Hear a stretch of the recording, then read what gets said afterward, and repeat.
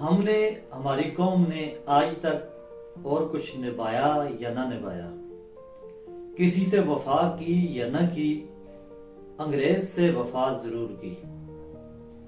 मैं अपने टॉपिक पे आता हूं कि जब 1702 में जब अंग्रेज आता है तो वो कोई तीर तलवार क्लाशनकोव टैंक लेके नहीं आता, बल्कि वो तिजारत की गर्ज से आता है।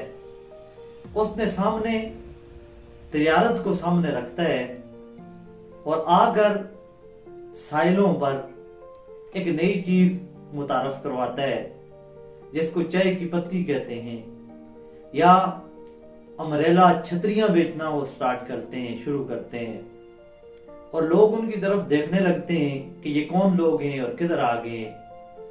और हमारे हिंदुस्तान के लोगों को दूर दूर तक उनकी सोच का पता नहीं होता कि ये लोग क्यों आए हैं और क्या चाहते हैं। बहरहाल वो लोग जब आ गए तो सामने उन्होंने तिजारत को रखा, लेकिन वो फॉर्मूला साथ लेकर आए। वो फॉर्मूला क्या था? डिवाइड एंड रूल्स, कि तकसीम करो और हुकूमत करो। उस दिन से उस कौम ने मेहनत की, हमारे लोगों को खरीदा, किसी को कहा कि तेरी जात अफजल है, तेरी कौम अफजल है, तू अफजल है, तू बड़ा है। किसी को कहा कि तेरा मजहब अफजल है, तेरा पेशवा अफजल है, तेरी किताब अफजल है। और किसी को कहा कि तू आ और हमारे साथ हमारा हिस्सेदार बन जा और हमसे ले और हमारा काम कर। तब हमारे सीधे साधे लोग उनकी चालों में आ गए, एक दूसरे के ऊपर फतवे लगने लगे। किसी ने मजहब का सहारा लेकर अपना जवाल लिखा, वो जो चंद लोग लेकर आए थे कि पूरे के पूरे हिंदुस्तान पे गालिब आ गया, और फिर अंग्रेज की हुकूमत शुरू हो जाती है। अंग्रेज की जब हुकूमत शुरू हुई तो वो यहां से कोई ऐसी कोई दलील नहीं मिलती, कोई ऐसा वाला नहीं मिलता कि वो बड़ा माल दौलत यहां से लेकर गया। वो यहां आया, उसने हुकूमत की और अपनी सोच लोगों में छोड़ के चला गया। वो सोच क्या थी कि ये लोग आपस में ही नफरत फैलाते रहें, आपस में ही अलग होते रहें, तो हमें ये किसी भी सूरत डिस्टर्ब नहीं करेंगे, ये हम तक पहुंच ही नहीं सकेंगे। तो हमारी कौम ने उनकी इस सोच को सही इंजाम तक पहुंचाया और नफरत को जो वो देकर गए थे पूरे के पूरे इस खित्ते में घर घर तक पहुंचा दिया। पहले एक हिंदुस्तान था, फिर तकसीम होकर पाकिस्तान और हिंदुस्तान बन गया, फिर कश्मीर अलग हो गया, फिर बांग्लादेश अलग हो गया, और फिर वही फॉर्मूला हमारे पाकिस्तान में लाया गया। किसी को सिंधी बलोची, किसी को पठान, किसी को पंजाबी, किसी को कश्मीरी, इसमें उलझा के रखा, और किसी को मुहाजिर। और इससे फायदा अगयार बड़ी आसानी से लेते थे, और हमारी कौम के बुजुर्ग, तमाम तर हमारी कौम इस अंग्रेज के मिशन को कामयाबी के साथ आगे लेकर जाती है। अफसोस हम आज भी अंग्रेज की दी हुई सोच पर अमल कर रहे हैं। आज भी हमने अपनी मस्जिद अलग कर रखी है। आज भी हम मुकाम की जंग लड़ रहे हैं कि फलां को नीचा कर दें, फलां को ऊंचा कर दें, और तबाही हमारा मुकद्दर बनती जा रही है। आज अगयार हमारे घरों तक पहुंच चुके हैं, हमारी इबादतगाहों तक पहुंच चुके हैं। हम हर वक्त खतरे और जंग के अंदर हैं, लेकिन कोई इब्तदा तक जाने की कोशिश ही नहीं करता।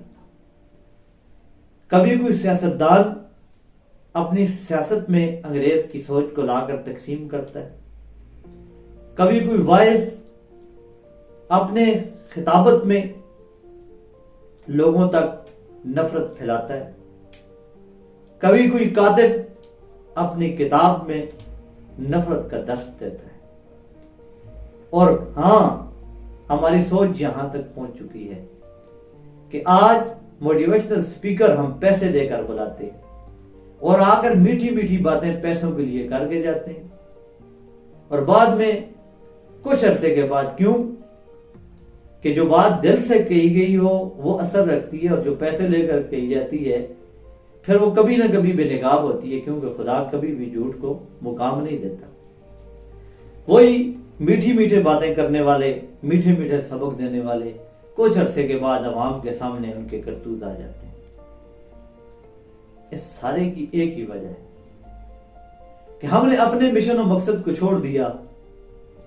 हमने ला इलाहा इल्लल्लाह मुहम्मद रसूलुल्लाह की बुनियाद पे बनने वाली उस कौम को छोड़ दिया कि जिसने अंसार और मुहाजिर को भाई बना दिया था, जो पूरी दुनिया पे आधी दुनिया से ज्यादा मुसलमानों की हुकूमत में आ गई थी। लेकिन हिंदुस्तान पाकिस्तान का मुसलमान उस चीज से दूर हट गया। ना हमारे बुजुर्गों को समझ आई, ना हमारे वाइजों को समझ आई। और जिसने कभी जोड़ने की बात की, जिसने कभी मोहब्बत की बात की, तो वो बात, वो कोशिश भी नफरत की नजर हो गई।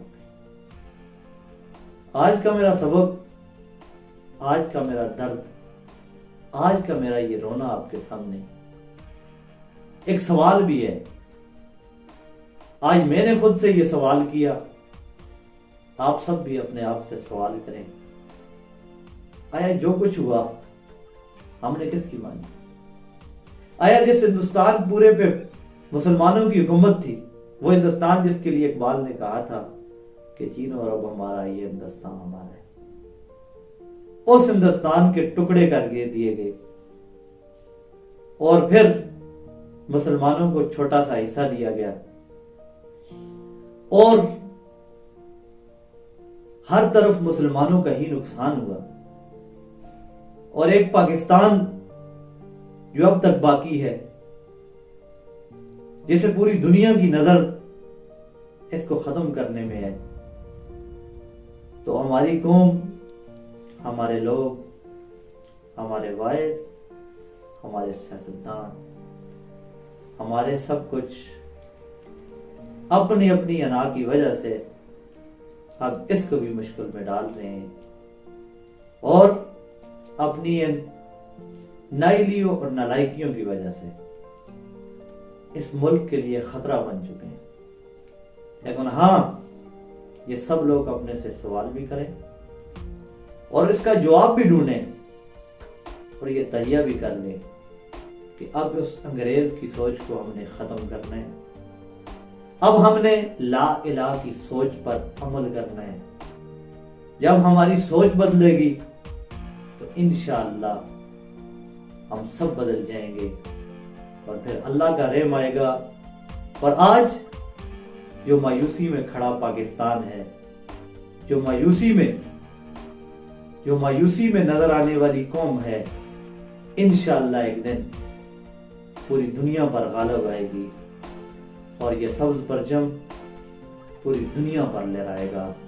लेकिन हाँ, इस मेरे दर्द दिल को सोचना जरूर, ये सवाल भी है और इसका जवाब हर शख्स का